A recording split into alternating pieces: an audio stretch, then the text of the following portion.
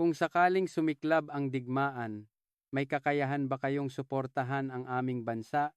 Ang isang katanungang ito na binitiwan ng kanilang pangkat ng negosasyon sa Pilipinas ang nagpabago sa takbo ng pandaigdigang merkado ng industriya ng depensa. Higit pa sa isang simpleng transaksyon ng mga armas, ito ay isang halos hayagang hiling para sa isang alyansang militar. Sa likod ng mapangahas na kahilingang iyon ay ang halagang 2.2 trilyong piso para sa 12 submarino. Naniwala sila na sila ang may hawak ng kapangyarihan sa pamamagitan ng pagpapakumpetensya sa Alemanya at Pransya laban sa Pilipinas para sa pinakamalaking proyekto ng submarino sa kasaysayan ng hukbong dagat sa buong mundo. Patuloy nilang pinataas ang kanilang mga kondisyon. Hindi kayang tumanggi ng Pilipinas. Hawak natin ang kapangyarihan. Ganito ang pananalig ng Canada. Sigurado silang hinding-hindi pakakawalan ng Pilipinas ang napakalaking pagkakataong ito sa negosyo. Ngunit noon iyon, hindi namin kailangan ng mga komplikadong kondisyon. Ibigay nyo lang sa amin ang mga submarino ng Pilipinas. Isang tinig mula sa disyerto na nagpabago sa lahat, isang hudyat na nagpatalsik sa Canada mula sa sentro ng negosasyon, at ang salik na ganap na bumaliktad sa laro, ang pagpasok ng Saudi Arabia. Ang hindi kapani-paniwalang kuwentong iyon ay magsisimula na ngayon. Sa sandaling lumitaw ang halagang 2 trilyon at 200 bilyong piso sa screen ng conference room, hindi ko na halos maibaba ang aking tasa ng kape. Iyon ang presyo para lamang sa 12 submarino. Sa pandaigdigang merkado ng depensa, ang isang proyektong pandagat na ganito kalaki ay isang pagkakataon na dumarating lamang marahil isang beses sa isang dekada. Subalit sa araw na iyon, sa briefing room sa ilalim ng lupa ng kagawaran ng Pambansang Depensa ng Canada sa Ottawa, ang tunay na pinagtuunan ng pansin ng mga strategist na nagtipon ay hindi ang galing ng mga sandata o ang laki ng budget. Ito ay ang oras. Sino ang unang makakakuha ng linya ng produksyon sa paggawaan ng barko? Ang katotohanan na ang labanang iyon ay nagsimula na pala ay isang bagay na walang sino man sa amin ang nakaalam noon. Magandang araw. Ako si Alan Kine. Nagtrabaho ako bilang isang Naval Strategy Analyst sa kagawaran ng Pambansang Depensa ng Canada, kung saan ang aking gawain ay basahin ang takbo ng digmaan gamit ang mga numero at datos. Ang trabaho ko ay humusga batay sa mga katotohanan, hindi sa emosyon. Kaya naman, lagi akong sinasabihan na ako ay malamig at walang pakiramdam. Ngunit sa pagtatapos ng kuwentong ito, malalaman ninyo kung gaano karupok ang sinasabing kalamigan na iyon. Matagal nang sakit ng ulo ng Royal Canadian Navy ang kanilang mga submarino. Ang 4 na Victoria-class na submarino ang kanilang buong puwersa, ngunit ang mga ito ay mga segunda manong unit na binili mula sa Britanya matapos itong i-decommission. Mula pa lamang sa pagtanggap, puno na ito ng mga depekto, at ang kanilang operational readiness ay nasa isang kalunos-lunos na antas. Sa paglala ng mga issue sa soberanya sa Arctic at paglawak ng saklaw ng operasyon ng hukbong dagat ng Russia, napagpasyahan ng Canada na hindi na nito kayang umasa sa mga lumang submarino, at doon nagsimula ang Canadian Advanced Submarine Project, isang napakalaking proyekto na nagkakahalaga ng 2.2 trilyong piso. Ang mga pagpipilian ay nabawasan sa 3 bansa, Alemanya, Pransya at ang Pilipinas. Ang Alemanya at Pransya ay mga tradisyonal na bigating manlalaro sa paggawa ng submarino sa Europa. Ang Pilipinas, sa kabilang banda, ay isang sumisikat na puwersa na mabilis na nagkakaroon ng mga tagumpay sa pag-export ng kagamitang pandepensa. Sa loob ng kagawaran ng depensa ng Canada, may malakas na pagtanggap sa ganitong kompetisyon mula pa sa simula. Ito ay dahil sa kalkulasyon na sa pamamagitan ng pagpapakumpitensya sa tatlong bansa, makukuha nila ang pinaka-paborableng mga kondisyon at sa sentro ng kalkulasyong iyon ay si Robert Vance. Bilang pinuno ng proyekto, si Vance ay isang taong sanay na dominahin ang kanyang mga katapat sa mesa ng negosasyon. Likas niyang nauunawaan ang kalamangan na dulot ng pagiging isang malaking kliyente mula sa isang makapangyarihang bansa at naniniwala siyang tungkulin niyang gamitin ito ng husto. Naaalala ko pa ang sinabi ni Vance sa aming unang internal na pagpupulong. Hinding-hindi bibitawan ng Pilipinas ang kontratang ito. Kaya kahit gaano pa natin itaas ang ating mga hinihiling, sa huli ay susunod din sila. Tumango ako sa mga salitang iyon. Sa totoo lang, hanggang sa puntong iyon, ang tingin ko rin sa Pilipinas ay isang bansa lamang na may mataas na kakayahan sa produksyon. Kung titingnan ang datos lamang, ang teknolohiya ng submarino ng Pilipinas ay tunay na kahanga-hanga, ngunit hinusgahan ko na ang kanilang karanasan. Sa larangan ng depensa ay kulang pa kung ihahambing sa Alemanya o Pransya. Kaya naman, itinuring kong makatwiran ang estratehiya ni Vance. Hayaan silang magkumpetensya, itaas ang mga kondisyon, at sa huli, tanggapin ang pinakapaborableng alok. Ito ay isang textbook na paraan ng negosasyon. At mula sa kanyang posisyon, ito ay tila isang natural na pagpipilian. Ngunit hindi laging naipapaliwanag ng mga aklat ang katotohanan. At isa ako sa mga huling taong nakatuklas sa katotohanan iyon. Sa simula ng proyekto, lahat ay tila umaayon sa plano ng Canada. Ang panig ng Alemanya at Pransya ay nagbigay diin sa kanilang kahusayan sa teknolohiya at may kumpiyansang nagsumite ng kanilang mga panukala. Ang panig ng Pilipinas, gamit ang kanilang competitive na presyo at napatunayang track record sa bilis ng paggawa, ay agresibong lumapit. Ang aming pangkat ng negosasyon ay salit-salitang nakipagpulong sa magkabilang panig, unti-unting dinaragdagan ang mga kondisyon. Taasan ang porsyento ng technology transfer. Dagdagan ang bahagi ng lokal na produksyon sa Canada. Garantiyahan ang pakikipagsosyo sa mga kumpanya ng Canada. Ang mga kahilingan ay lalong nagiging mabigat sa bawat pagpupulong at tila nasisiyahan pa si Vance sa proseso. Bilang isang analyst, ang aking tungkulin ay suriin ang mga teknikal at pinansyal na datos na isinumite ng bawat panig. Ang panukala ng mga Europeo ay matatag, ngunit konserbatibo. Ang panukala ng Pilipinas ay agresibo ngunit lubos na maisa sa katuparan.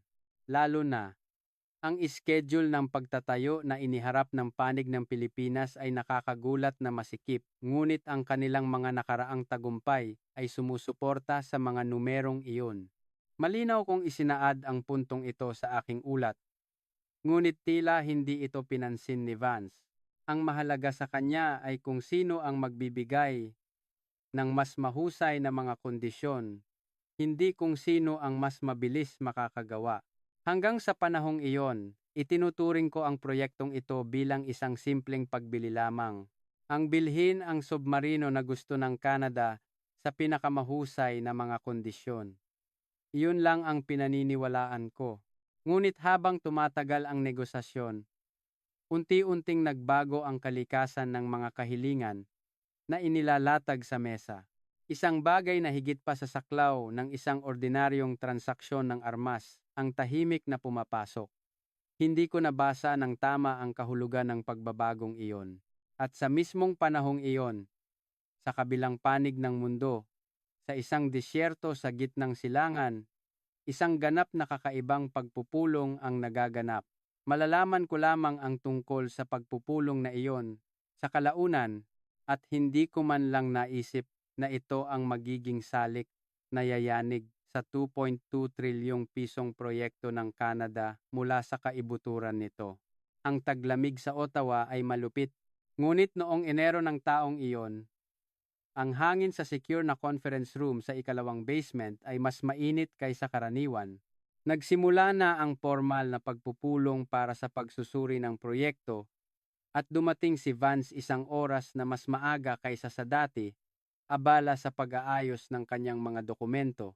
Sa pagpasok ko sa silid, nabasa ko sa kanyang ekspresyon ang isang uri ng bagong natuklasang katiyakan. Hindi ito simpleng kumpiyansa, kundi ang kapanatagan ng isang taong naniniwalang tapos na ang laban. Sa ibabaw ng mesa ng kumperensya, mayroong dalawang binder. Ang isa ay mula sa ThyssenKrupp ng Alemanya at Naval Group ng Pransya. Ang isa naman ay mula sa Consortium ng Pilipinas. Habang pinagpapalit-palit ang tingin sa dalawang binder, sinimulang ipaliwanag ni Vance sa mga dumalo ang pangunahing estratehiya para sa proyektong ito. Ang Canada ang mamimili. Ang budget na 2 trilyong piso ay isang halagang hindi kayang tanggihan ng anumang kumpanya ng depensa. Sa makatuwid, ang tamang hakbang ay para sa amin na magtakda ng mga kondisyon at pilitin ang kabilang panig na sumunod. Karamihan sa 12 analyst at opisyal ng militar sa silid ay tumango at wala rin akong partikular na pagtutol sa lohikang iyon. Sa katunayan, mula sa pananaw ng Canada, may sapat na batayan ang paghuhusga ni Vance. Ito ay dahil ang pandaigdigang merkado ng submarino ay isang merkado na may lubhang limitadong mga manlalaro. Kakaunti lamang ang mga bansang nagpapatakbo ng mga submarino at mas bihira pa ang mga nagnanais na magkaroon ng bago. Kaya naman, kapag lumabas ang isang malaking kontrata tulad ng 2.2 trilyong piso, ang mga kumpanya ng depensa sa buong mundo ay nag-uunahan na parang mga hayok na hayop. Nauunawaan ni Vance nang eksakto ang katangiang ito ng merkado at ginagamit niya ito bilang pain upang makuha ang pinakamalaking benepisyo. Bilang isang analyst, sinimulan kong paghambingin ang mga teknikal na detalye ng mga panukala. Ang alok ng mga Europeo ay tulad ng inaasahan, matatag at maaasahan. Ang kanilang mga dekada ng karanasan sa paggawa ng submarino ay makikita sa bawat aspeto na nagpapakita ng mataas na antas ng pagiging perpekto, lalo na sa teknolohiya ng stealth at pagsasama-sama ng mga sistema ng labanan. Ang problema lang ay ang presyo. Ang kanilang pagtatantya ay mas mataas kaysa sa Pilipinas at ang kanilang mga petsa ng paghahatid ay konserbatibo. Sa kabilang banda, ang panukala ng konsorsyum ng Pilipinas ay nagulat sa akin sa ibang paraan. Bukod sa kanilang pagiging competitive sa presyo, ang kanilang schedule ng pagtatayo ay mas agresibo kaysa sa mga Europeo, ngunit ang kanilang track record sa mga nakaraang pag-export ay nagpapatunay sa pagiging makatotohanan ng schedule na iyon. Ang kanilang matagumpay na paghahatid ng mga patrol vessel sa mga bansang ASEAN, ang kanilang patuloy na kooperasyong pandepensa at maging ang progreso ng susunod na henerasyon ng submarino na ginagawa para sa sarili nilang hukbong dagat ng Pilipinas, kung titingnan ang mga numero lamang, ang alok ng Pilipinas ay napakalaki ng kalamangan sa aspeto ng cost performance. Ngunit binigyan ni Vance ng ibang interpretasyon ang mga numerong iyon.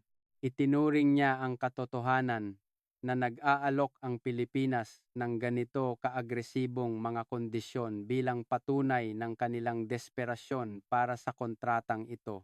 Ang lohika ni Vance ay ganito: para mapabuti ang kanilang katayuan sa merkado ng pag-export ng depensa, kailangan ng Pilipinas ang isang malaking kontrata sa isang bansang kanluranin tulad ng Canada.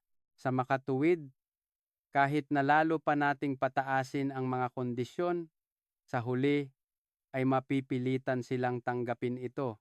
Hindi ko masabing mali ang pagsusuring iyon. Hindi bababa sa batay sa datos na magagamit sa panahong iyon Ang kontrata sa Canada ay walang dudang may estratehikong kahalagahan para sa Pilipinas. Kaya sinimulang taasan ng pangkat ng negosasyon ng Canada ang mga kondisyon. Sa una, ito ay nasa loob pa ng makatwirang taklaw. Isang kahilingan na taasan ang porsyento ng technology transfer ang unang ginawa, at dahil ito ay isang karaniwang kondisyon sa malalaking kontrata ng depensa, inaasahan na ito ng magkabilang panig. Ang panig ng Pilipinas, gayon din ang mga Europeo, ay tila pumayag sa pangunahing technology transfer. Ang problema ay dumating sa susunod na hakbang. Humiling si Vance na malakihang palakihin ang porsyento ng lokal na produksyon. Hindi lamang ito sa antas ng pagkuha ng ilang bahagi mula sa Canada, kundi ang paggawa ng malaking bahagi ng mga pangunahing bloke ng katawan ng submarino sa mga paggawaan ng barko sa Canada. Ito ay isang teknikal na komplikadong kahilingan, ngunit ang mas malaking problema ay ang epekto nito sa gastos at schedule. Ang infrastruktura ng paggawa ng barko ng Canada ay hindi na optimize para sa paggawa ng submarino, at habang tumataas ang porsyento ng lokal na produksyon, hindi maiiwasan na ang hirap sa pamamahala ng kalidad at schedule ay tataas ng husto. Inihanda ko ang isang ulat sa pagsusuri ng panganib tungkol sa bahaging ito at isinumite ito kay Vance. Nilalaman nito na kung labis na tataasan ang porsyento ng lokal na produksyon, may posibilidad na maantala ang buong schedule ng proyekto ng hindi bababa sa 2 taon, at tinantya ko rin ang posibilidad ng pagtaas ng gastos ng higit sa 20%. Kinuha ni Vance ang ulat, binasa ito sandali, at sa huli ay sinabing, ito ay isang baraha sa negosasyon. Ang paliwanag ni Vance ay wala siyang balak na pilitin ang ganoong kalaking lokal na produksyon, ngunit sa pamamagitan ng paglalatag muna ng isang mataas na kahilingan, makakamit niya ang nais na antas sa pinal na kasunduan. Nakinig ako sa mga salitang iyon at muling tumango. Bilang isang taktika sa negosasyon, ito ay isang mauunawaang diskarte. Ngunit kung iisipin ko, ngayon, may isang mahalagang katotohanan akong napalampas noon. Malaya kang magdagdag ng mga baraha, ngunit ang oras na ginugugol sa pagdaragdag ng mga barahang iyon ay hindi libre. Habang nagdaragdag ang Canada ng isang kondisyon, naghihintay ng tugon mula sa kabilang panig, at muling humihiling ng isang binagong panukala, ang mga pahina ng kalendaryo ay walang tigil na lumilipas. Sa araw na nagsimula ang ika-4 na round ng negosasyon, napansin ko agad ang pagbabago sa kapaligiran. Pagpasok ko sa conference room, ang listahan ng mga bagong kahilingan na inihanda ni Vance ay doble ang haba kaysa sa nakaraan. Sa mga muka ng pangkat ng negosasyon ng Pilipinas na nakaupo sa kabilang panig ng mesa, sa unang pagkakataon, nababasa ko ang isang bahagyang tensyon. Eksaktong nakuha ni Vance ang tensyon na iyon, at sa halip, mas relax na sumandal sa kanyang upuan at sinimulan ang pangunahing paksa ng round na ito. Ito ay ang technology transfer, at hindi lamang basta-basta, kundi isang walang kapantay na malawakang paglilipat ng teknolohiya na hindi pa kailanman hiniling ng Canada sa anumang kontrata sa depensa. Ang lohika ni Vance ay ganito: ang Canada ay hindi lamang bumibili ng 12 submarino, kundi dapat tiyakin ang isang pundasyon upang mapanatili at mapaunlad ang sarili nitong lakas dagat sa mga darating na dekada. Dahil dito, isinama niya sa saklaw ng paglilipat hindi lamang ang mga pangunahing disenyo ng submarino, kundi pati na rin ang source code ng propulsion system, ang mga algorithm ng combat management system, at maging ang pinagmulang datos ng teknolohiyang iyon. Habang tinitingnan ko ang listahan, lihim akong nagulat. Ang antas na ito ng technology transfer ay katumbas ng paghiling na ibigay ang buong kaalaman sa paggawa ng isang submarino Ang punong kinatawan ng panig ng Pilipinas ay nanahimik sandali bago sumagot na kailangan nilang pag-aralan sa loob ang saklaw ng technology transfer. Sa panlabas, ito ay isang mahinahong tugon. Ngunit naramdaman ko ang bigat na nakapaloob sa maikling katahimikang iyon. Ang teknolohiyang pandepensa, lalo na ang pangunahing teknolohiya ng submarino, ay isang estratehikong yaman para sa anumang bansa. Ang paglilipat nito ng buo ay katumbas ng kusang loob na pagbitiw sa teknolohikal na kalamangan na naipon sa loob ng ilang dekada. Alam ko, at alam din ni Vance, na hindi ito isang kondisyon na madaling tatanggapin ng Pilipinas.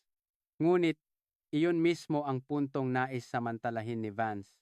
Ang kalkulasyon niya ay kung mag-aatubili ang Pilipinas sa harap ng kondisyong ito, magagamit niya itong panggipit sa panig ng Alemanya at Pransya.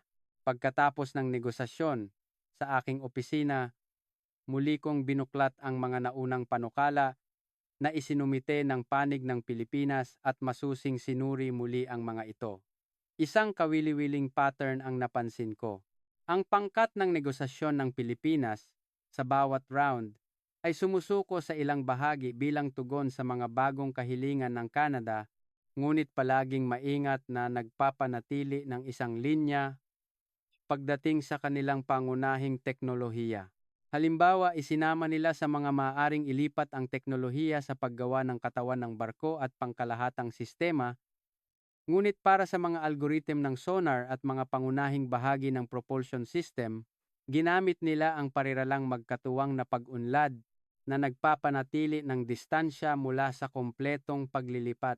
Sinuri ko na ang pagkakaibang ito ay resulta ng isang estratehikong desisyon sa antas ng gobyerno ng Pilipinas at isinaad ko sa aking ulat na may umiiral na hangganan sa teknolohiyang maaaring isuko ng Pilipinas.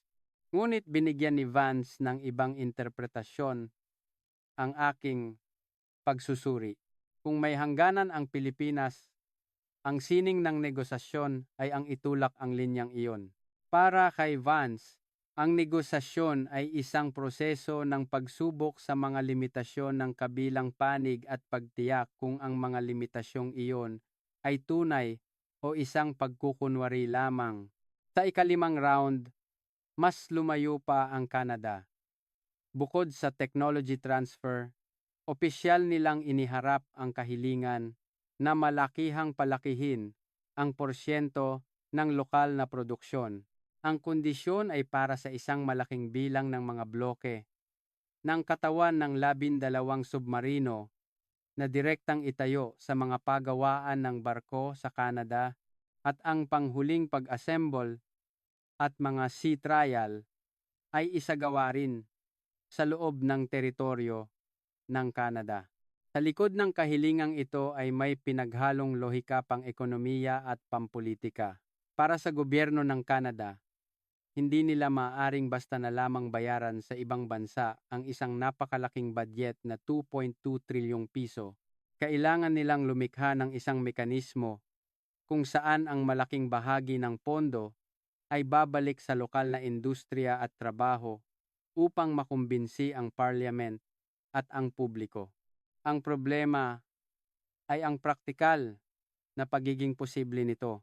Matagal nang nawala ang pandaigdigang kompetitibong kakayahan ng industriya ng paggawa ng barko ng Canada at halos wala silang karanasan sa paggawa ng submarino.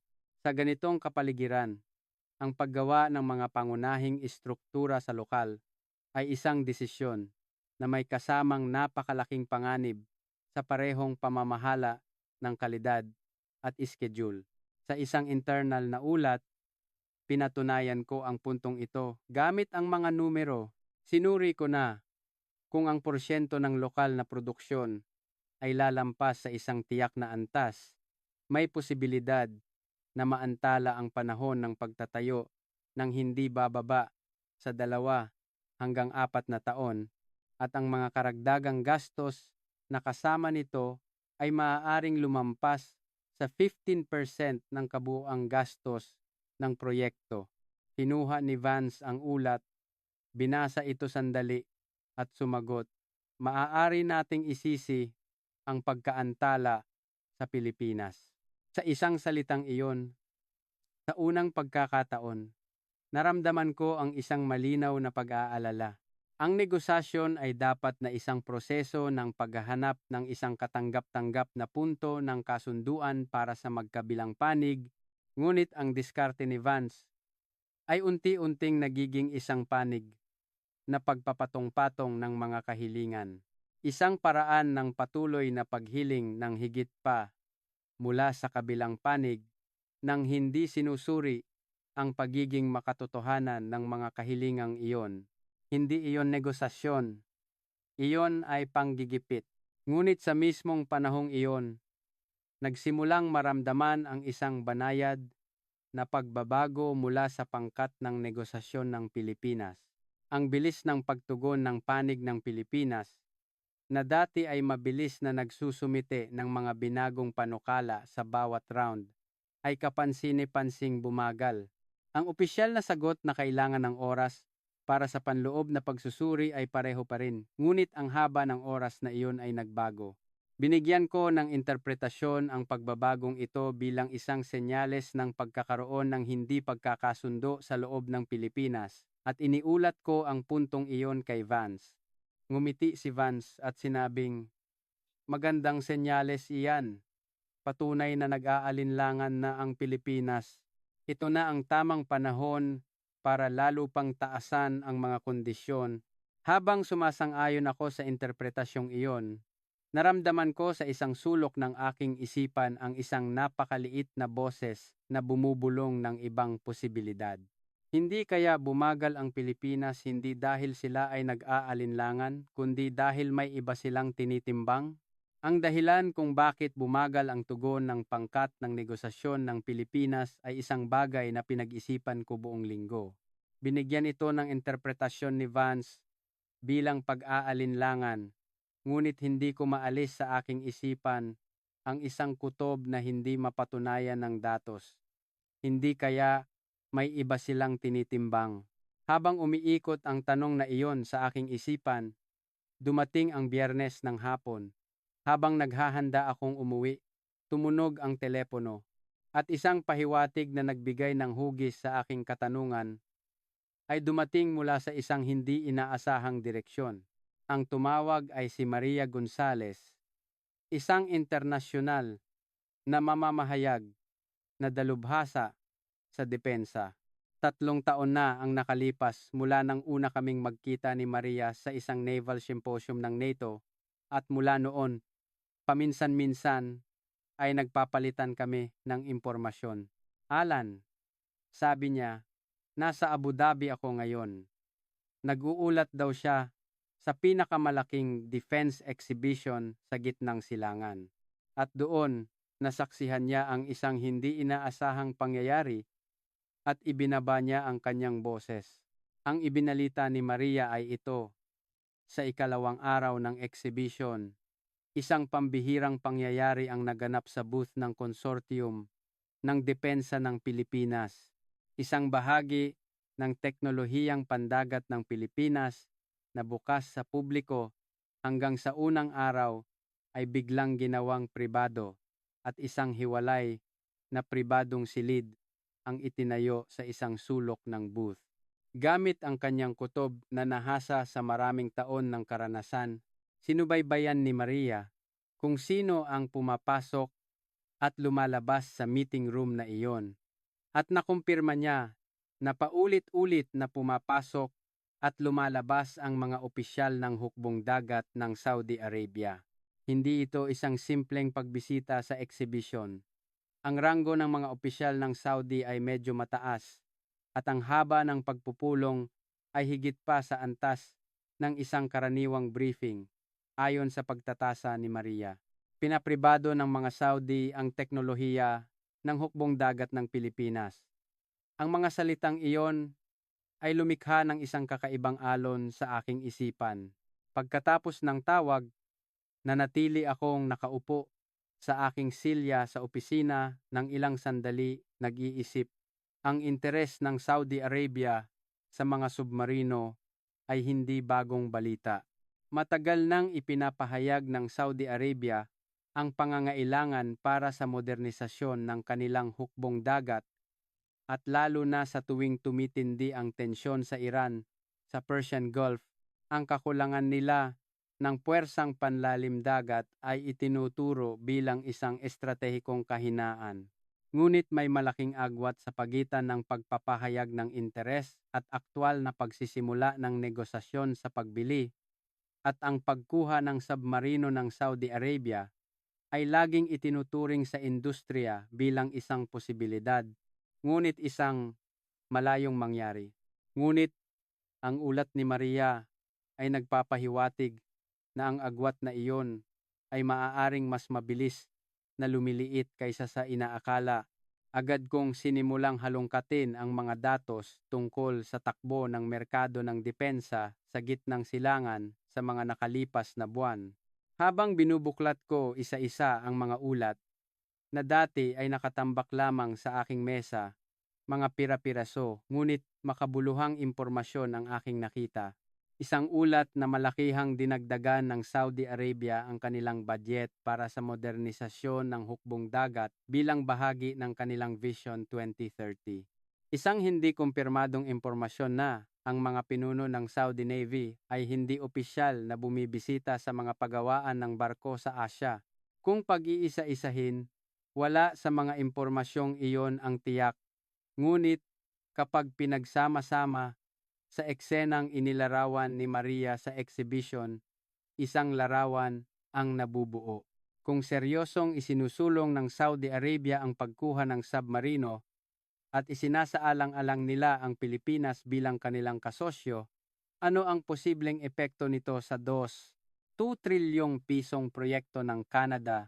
Itinanong ko ito sa aking sarili, ngunit sa simula ay hindi ako makapagbigay ng malinaw na sagot.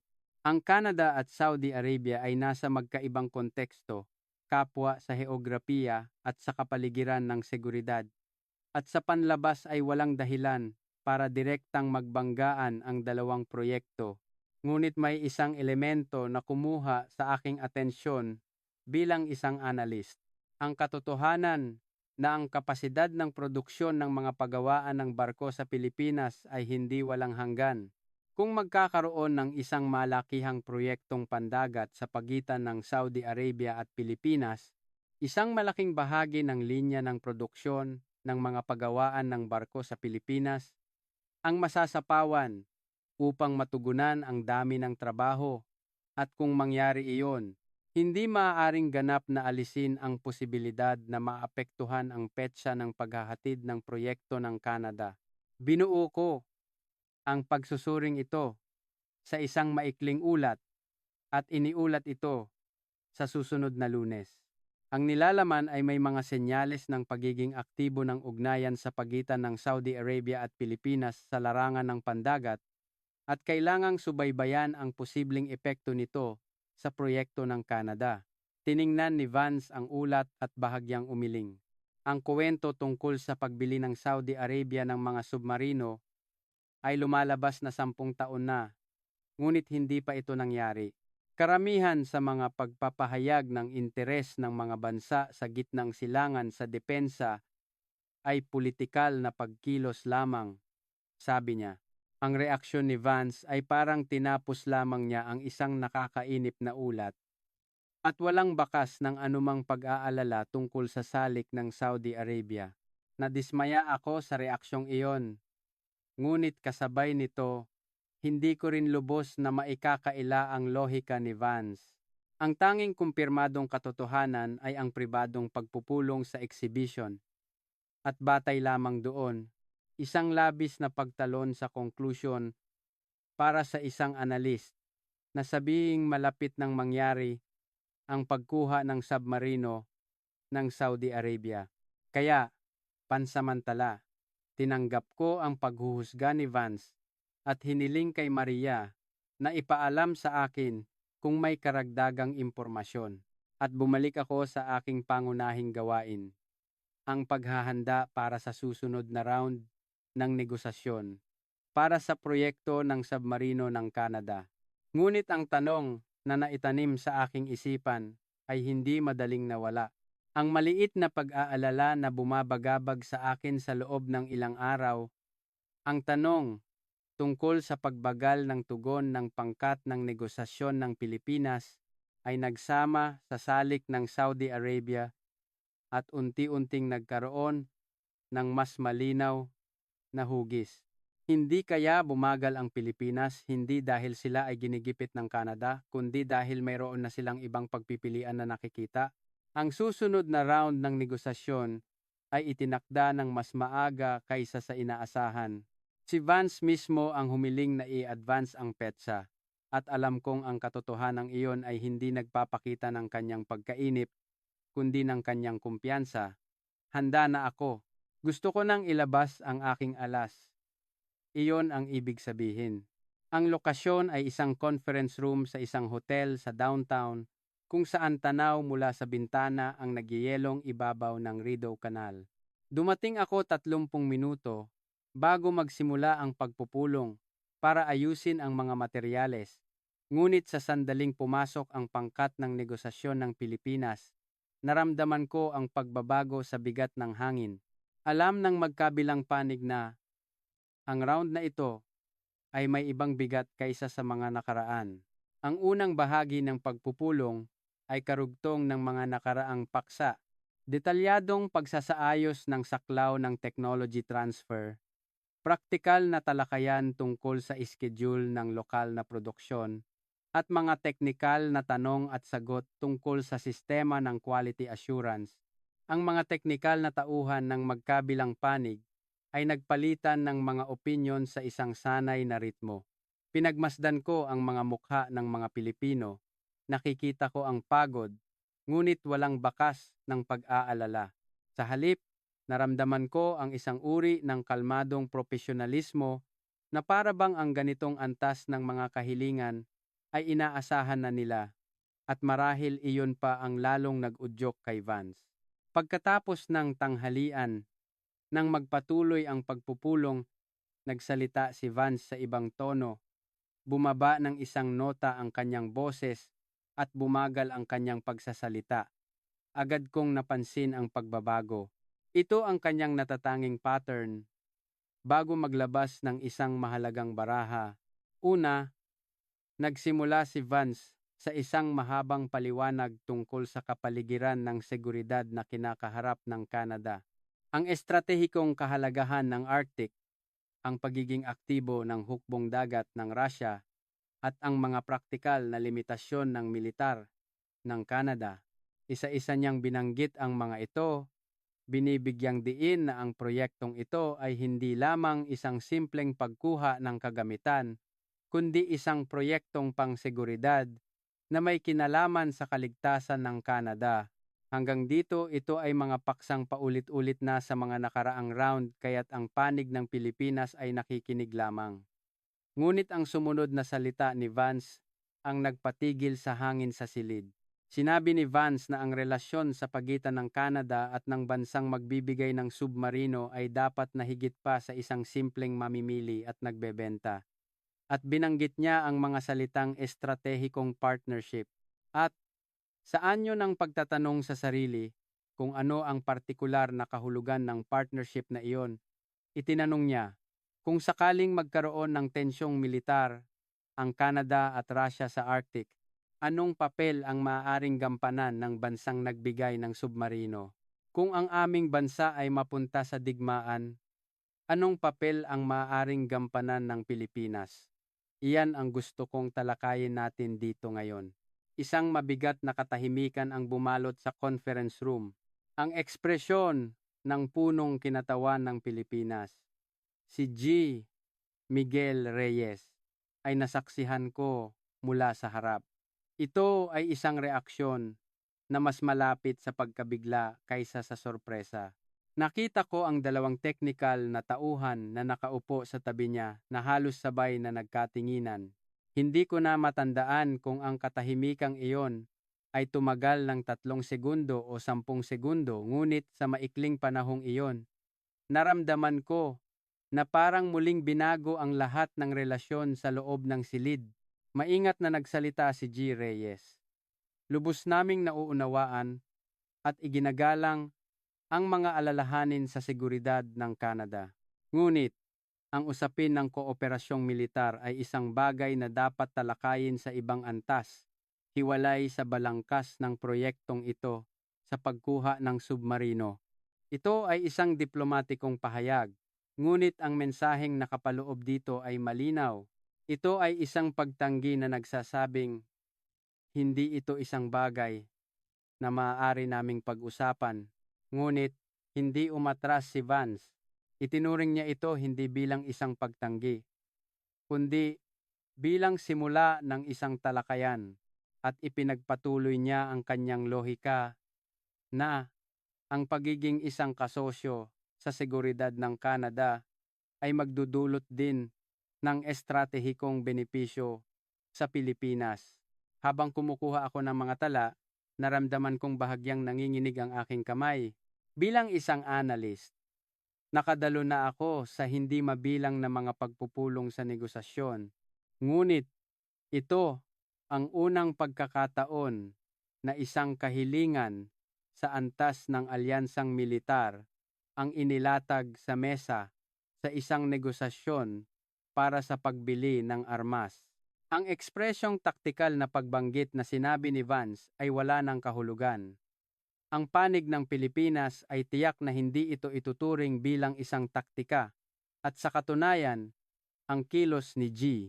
Reyes ay kapansin-pansing naging mas kontrolado sa huling bahagi ng pagpupulong, nabawasan ang kanyang pagsasalita, naging maikli ang kanyang mga sagot, at hindi na siya nagpakita ng anumang inisyatiba sa mga talakayan tungkol sa mga tiyak na numero o schedule.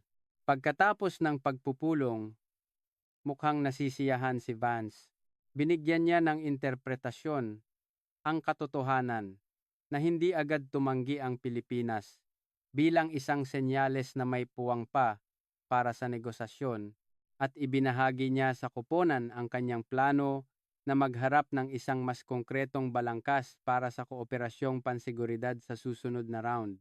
Hindi ako sumang-ayon sa interpretasyong iyon, ngunit ang hayagang pagtutol sa conference room ay lampas sa aking tungkulin bilang isang analyst, kaya't nanahimik na lamang ako. Ngunit ang nakita ko ay ganap na naiiba sa nakita ni Vance. Hindi agad tumanggi ang panig ng Pilipinas, hindi dahil may puwang para sa negosasyon. Ito ay dahil tutugon sila hanggang sa hangganan ng diplomatikong paggalang, ngunit ipapaubaya nila ang anumang karagdagang reaksyon sa desisyon ng kanilang gobyerno. Mula sa aking karanasan sa pagsusuri ng mga pattern ng negosasyon sa pag-export ng kagamitang pandepensa ng Pilipinas, nabasa ko ang kahulugang iyon at intuitibo kong naunawaan na ang kontroladong katahimikan na ipinakita ni G. Reyes sa pagtatapos ng pagpupulong ay isang mas malakas na mensahe kaysa sa isang tuwirang pagtanggi.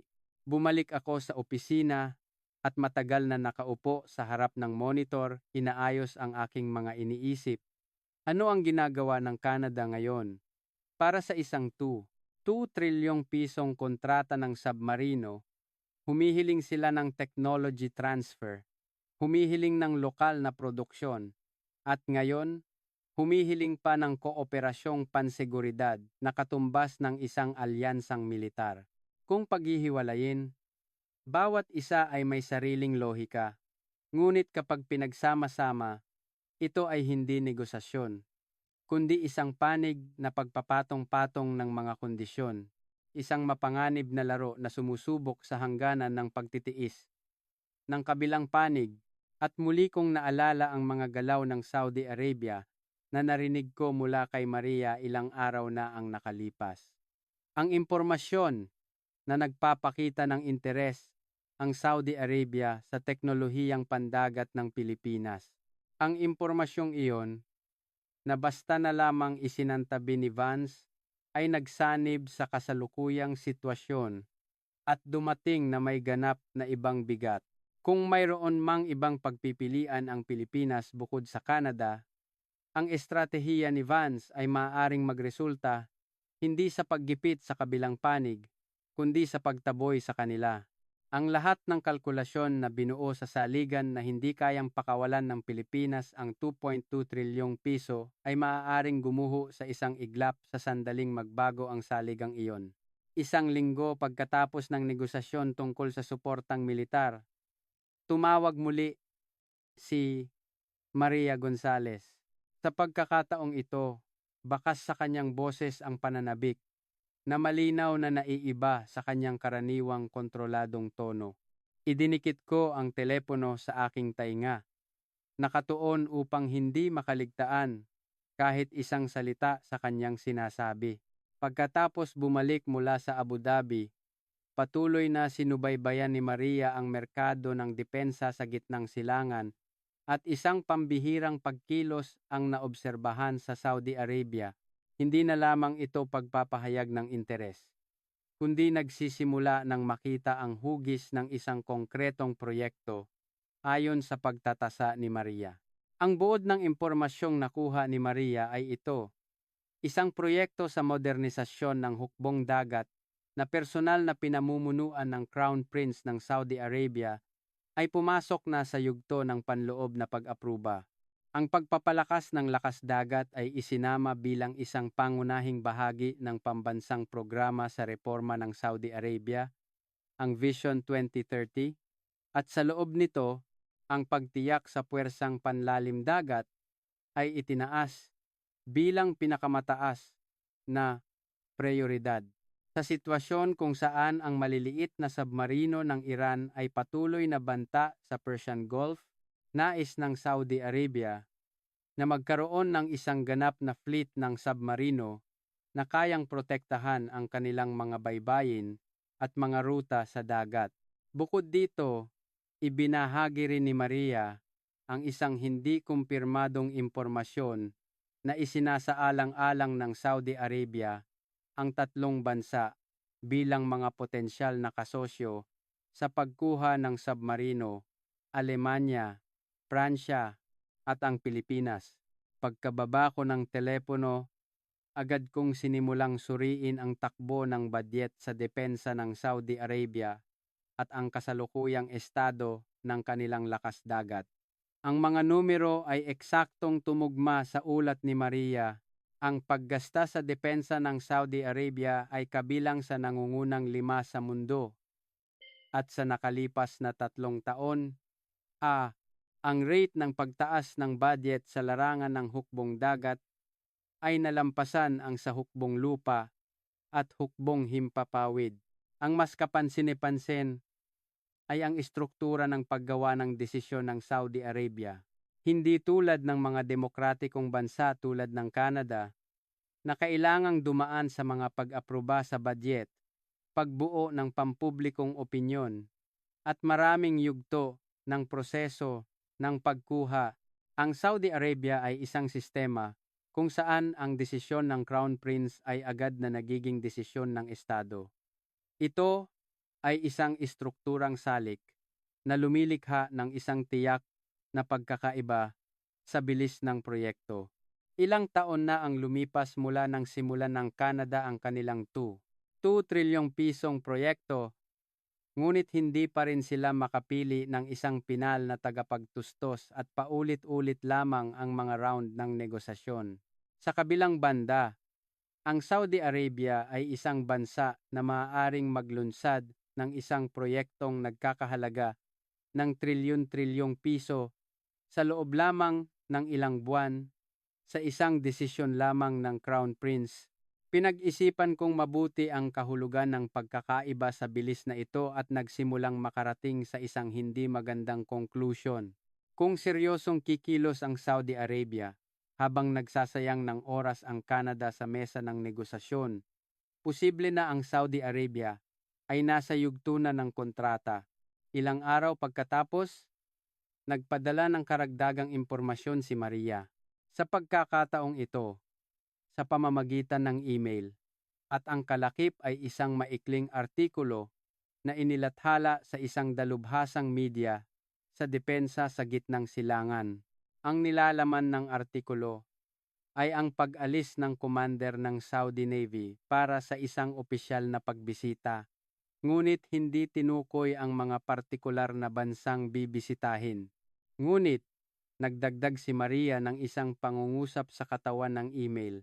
Ayon sa maraming mapagkukunan, isa sa mga bansang binisita ay ang Pilipinas at kasama sa itineraryo ang pagbisita sa mga paggawaan ng barko. Binasa ko ang pangungusap na iyon at matagal na nakatitig sa screen.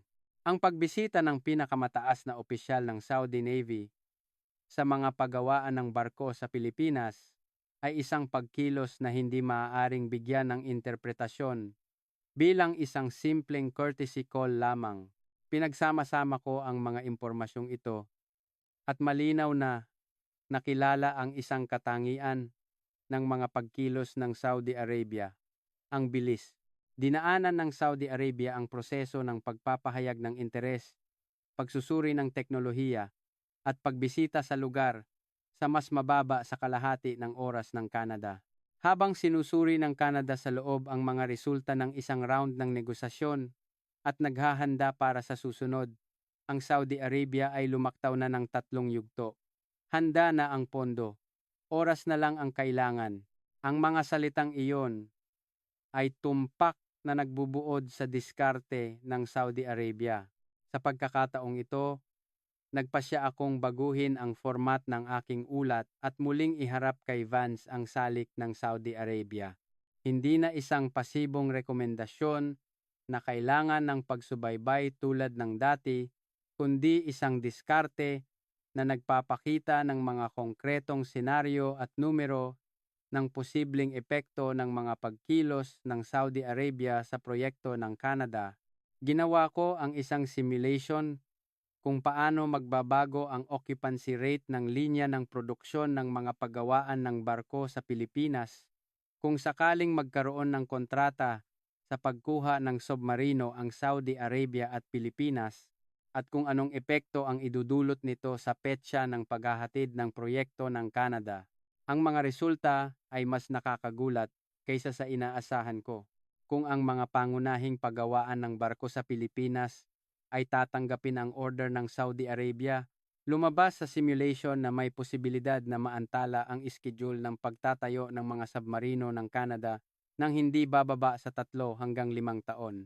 Hindi lamang ito isang issue ng abala, ang mga Victoria-class na submarino ng Canadian Navy ay papalapit na sa dulo ng kanilang buhay serbisyo at ang karagdagang pagkaantala ng 3 taon ay nangangahulugan na ang Canada ay haharap sa isang sitwasyon kung saan sila ay halos walang puwersang submarino. Inihatid ko mismo ang ulat na ito kay Vance. Sa pagkakataong ito, pinili ko ang isang harapan na pag-uulat sa halip na email at ipinaliwanag ko ang mga resulta ng simulation kasama ang mga graph. Naiiba sa dati, binasa ni Vance ang ulat hanggang sa dulo. Ngunit ang kanyang reaksyon ay hindi ang inaasahan ko. Pagkatapos mag-isip sandali, tinanong ni Vance, hindi ba't ang simulation na ito ay nakabatay sa palagay na talagang magkakaroon ng kontrata ang Saudi Arabia? At nagtanong siya, pabalik, mayroon na bang pagkakataon na ang Saudi Arabia ay aktwal na nag-deploy ng mga submarino? Gaano karealistiko ang posibilidad na ang isang bansang walang karanasan sa operasyon at walang infrastruktura ay talagang magsusulong ng 1 trilyong pisong proyekto ng submarino? Wala akong sagot sa tanong na iyon. Sa totoo lang, may punto rin ang kanyang pagtutol. Ang kasaysayan ng operasyon ng submarino ng Saudi Arabia ay zero at ang pagbuo ng isang puwersang panlalimdagat mula sa simula ay isang mas komplikadong gawain kaysa sa simpleng pagbili ng mga submarino. Ngunit naramdaman kong may isang bagay na hindi nakikita si Vance. Ang tanong kung kaya bang i-deploy ng Saudi Arabia ang mga submarino at ang tanong kung kaya nilang pumasok sa isang kontrata para sa mga submarino ay magkaibang bagay. Para sa Saudi Arabia, ang mahalaga ay hindi ang agarang pag-deploy, kundi ang pagtiyak sa estratehikong pagpigil na dulot ng pagkakaroon ng puwersang submarino at para sa layuning iyon, ang pagpirma ng kontrata at ang paghahatid ng unang unit ay sapat na bilang isang pampulitikang tagumpay. At sa sandaling mapirmahan ang kontratang iyon, ang mga linya ng produksyon sa mga paggawaan ng barko sa Pilipinas ay talagang masasapawan. Sinubukan kong ipaliwanag ang lohikang ito kay Vance, ngunit lumipat na siya sa susunod na paksa. Pinag-aaralan niya ang isang plano upang gawing mas konkreto ang talakayan tungkol sa suportang militar sa susunod na round ng negosasyon sa Pilipinas at ang salik ng Saudi Arabia ay muling itinulak sa labas ng mga prioridad.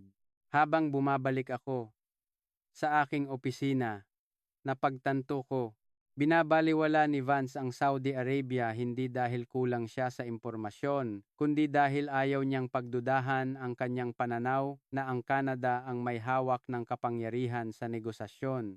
Nang gabing iyon, nagpadala ako ng email kay Maria. Hiniling ko sa kanya na ipadala ang lahat ng makukuhang impormasyon tungkol sa progreso ng proyekto ng modernisasyon ng hukbong dagat ng Saudi Arabia. Kung hindi kikilos si Vance, nagpasya akong kahit ako na lang ay kailangang subaybayan ang sitwasyon. Agad na nagpadala ng tugon si Maria, at ang huling pangungusap ng kanyang tugon ang nagpalamig sa aking puso. Ayon sa mga mapagkukunan sa panig ng Saudi, ang iskediul ng proyekto ay mas maaga kaysa sa inaasahan at may posibilidad na pumili sila ng isang preferred bidder bago matapos ang taon. Ang mga salitang bago matapos ang taon ay tumunog na parang isang alarma sa aking isipan. Ang Canada ay patuloy na nagdaragdag ng mga kahilingan nang hindi pa nakakapili ng isang pinal na tagapagtustos. Samantala, ang Saudi Arabia ay tumatakbo sa bilis na naglalayong pumili ng isang kasosyo bago matapos ang taon. Ang ideya na ang oras ay maaaring hindi na namin kakampi ay nagsimulang magkaroon ng isang konkretong anyo ng takot sa mismong sandaling iyon.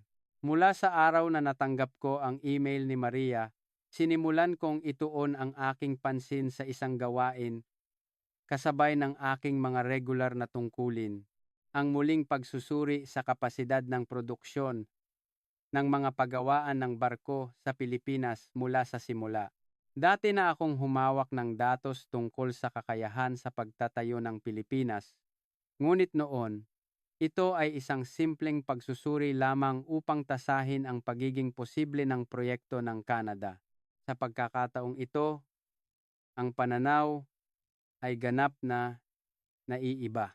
Ang layunin ay isimulate kung ano ang mangyayari kung hindi lamang ang Canada, kundi pati na rin ang Saudi Arabia at iba pang malalaking proyekto sa hukbong dagat ay sabay-sabay na dumagsa sa mga paggawaan ng barko sa Pilipinas. Sinimulan ko sa pagkolekta ng mga pampublikong materyales. Ang mga pangunahing paggawaan ng barko na responsable sa pagtatayo ng mga barkong pandigma sa Pilipinas ay halos limitado sa 2 o 3 kumpanya, at sa mga ito, ang mga pasilidad na may kakayahang magtayo ng mga submarino ay mas limitado pa. Ang mga submarino, hindi tulad ng mga komersyal na barko o mga barkong pandigma sa ibabaw, ay mga espesyal na sasakyang dagat na nangangailangan ng isang napakatumpak na proseso at hindi ito maaaring gawin sa anumang paggawaan ng barko. Mula sa high-pressure welding, pagsasama-sama ng sonar system, hanggang sa pag-assemble at pagsubok ng propulsion system, lahat ng proseso ay dapat isagawa sa mga espesyal na pasilidad at may pisikal na limitasyon sa kapasidad ng mga pasilidad na iyon. Inayos ko ang aking pagsusuri gamit ang konsepto ng mga slot sa paggawa ng submarino sa mga paggawaan ng barko sa Pilipinas. Ang isang slot ay nangangahulugang isang unit ng produksyon na may kakayahang magtayo ng isang submarino sa isang tiyak na panahon. Ang bilang ng mga slot sa paggawa ng submarino na maaaring sabay-sabay na patakbuhin ng Pilipinas ay sa isang taunang batayan, nasa 3 hanggang 4 lamang sa pinakamarami. Siyempre, kung palalakihin ng mga pagawaan ng barko ang kanilang mga pasilidad, maaaring dagdagan ang mga slot, ngunit ang pagpapalaki ng mga pasilidad sa paggawa ng submarino ay nangangailangan ng hindi bababa sa 3 hanggang 5 taon at kung isasaalang-alang pa ang pagsasanay ng mga dalubhasang tauhan, ang aktwal na pagpapalaki ng kapasidad ng produksyon ay mas matagal pa. Habang isinusulong ko ang pagsusuring ito, napansin ko ang isang katotohanan. Isang malaking bahagi ng mga slot sa mga pagawaan ng barko sa Pilipinas ay nakareserba na para sa proyekto ng susunod na henerasyon ng submarino ng sarili nilang hukbong dagat ng Pilipinas. Ang hukbong dagat ng Pilipinas ay nagsusulong ng sarili nilang programa sa pagkuha ng mga submarino at ang dami ng trabahong ito ay nakatakdang sakupin ang mga pangunahing linya ng produksyon ng mga pagawaan ng barko sa mga darating na taon. Kung idaragdag dito ang 12 unit ng Canada, magiging napakahigpit na ng paglalaan ng mga slot at kung sasali pa ang Saudi Arabia, ganap na magbabago ang sitwasyon. Isang sitwasyon kung saan 3 malalaking proyekto ang sabay-sabay na nag-aagawan sa linya ng produksyon ng iisang bansa ang lilitaw. Gumawa ako ng 3 senaryo sa isang spreadsheet. Una, kung ang Canada lamang ang makakakuha ng kontrata. Pangalawa, kung sabay na makukuha ng Canada at Saudi Arabia ang kontrata.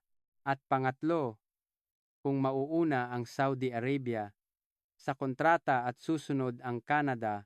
Sa unang senaryo, kayang-kaya ng mga pagawaan ng barko sa Pilipinas na tuparin ang schedule ng Canada at ang panganib ng pagkaantala ay nasa loob ng mapapamahalaang saklaw. Sa pangalawang senaryo, ang paglalaan ng mga slot ay magiging napakahigpit at hindi maiiwasan ang pagsasaayos ng schedule para sa parehong proyekto. Ngunit ang resulta ng pangatlong senaryo ay mapaminsala para sa Canada.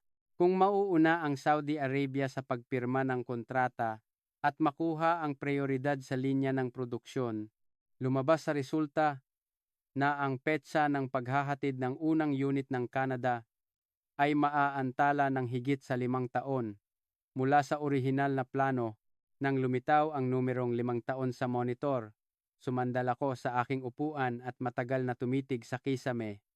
Ang 5 taong pagkaantala ay hindi lamang isang isyu ng pagkaantala sa schedule.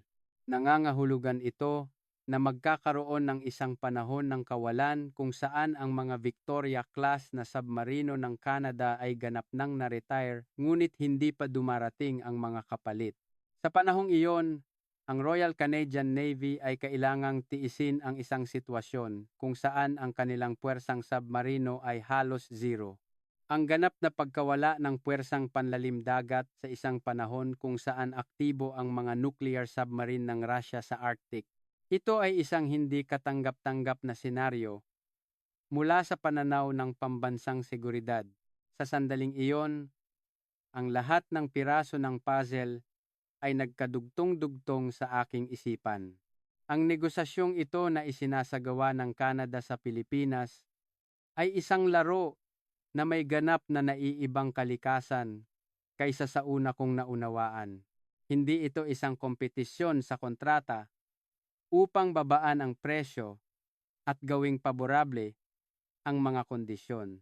Ito ay isang kompetisyon sa oras upang malaman kung sino ang unang makakakuha ng limitadong linya ng produksyon sa pagawaan ng barko at ang Canada nang hindi man lang namamalayan na mayroong ganitong kompetisyon ay nagsasayang ng mahalagang oras sa pamamagitan ng pagdaragdag lamang ng mga kondisyon sa mesa ng negosasyon. Ang posibilidad na ang tingin ng Pilipinas ay unti-unting lumilipat sa ibang direksyon habang ginigipit sila ng Canada sa pamamagitan ng paghiling ng technology transfer, lokal na produksyon, at maging suportang militar, ay hindi na isang hula kundi isang lohikal na konklusyon. Mula sa pananaw ng Pilipinas, ito ay natural lamang. Ang Canada ay isang customer na maraming hinihiling ngunit hindi nagdedesisyon. Ang Saudi Arabia ay isang customer na simple ang mga kondisyon ngunit mabilis magdesisyon. Dahil ang linya ng produksyon ng paggawaan ng barko ay isang limitadong yaman, malinaw kung kanino ibibigay ng Pilipinas ang prioridad, nang hindi na kailangan pang kalkulahin. Binuo ko ang mga resulta ng pagsusuring ito sa isang ulat at matagal na pinag-isipan ang pamagat. Ang huling pamagat na pinili ko ay isang tuyo at walang kulay na kompetisyon sa mga slot ng paggawaan ng barko at ang panganib sa oras para sa proyekto ng Canada, ngunit ang mensaheng nakapaloob dito ay mas apurahan kaysa sa anumang ulat na nagawa ko. Ang conclusion ng ulat na ito ay maaaring ibuod sa isang pangungusap. Ito ay hindi isang kompetisyon sa kontrata, kundi isang kompetisyon upang makuha ang oras ng paggawaan ng barko.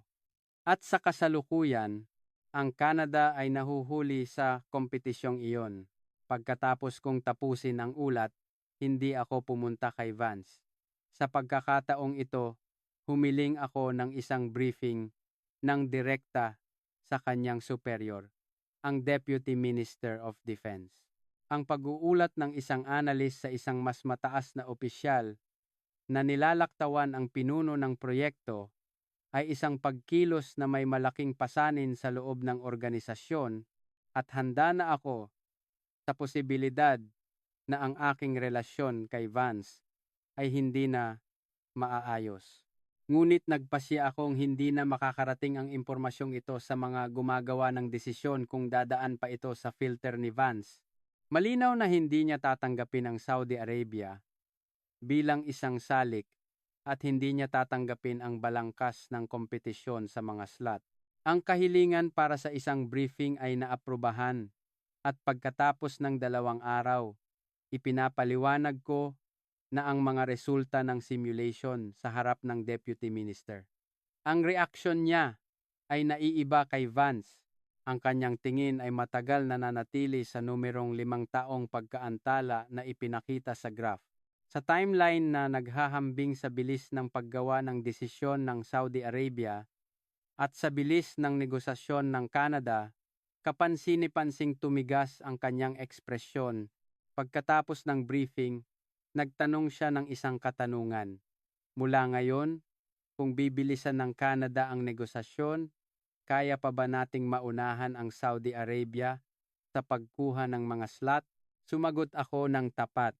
Posible, ngunit hindi sa kasalukuyang paraan ng negosasyon. Kailangan nating bawasan ang mga kondisyon at bilisan ang paggawa ng desisyon. Tumango ang Deputy Minister. Ngunit hindi ko alam kung hahantong ito sa isang agarang pagbabago sa pagkilos. Ang mga organisasyon ay may inersya at ang pagbabago ng direksyon ng negosasyon na pinamumunuan ni Vance ay nangangailangan ng isang pampulitikang desisyon.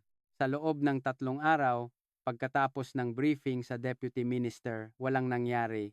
Hindi ko masabi kung ang katahimikang iyon ay isang magandang senyales o masama, at nag-aalala akong baka ang aking ulat ay natabunan na ng ibang mga dokumento sa kanyang mesa.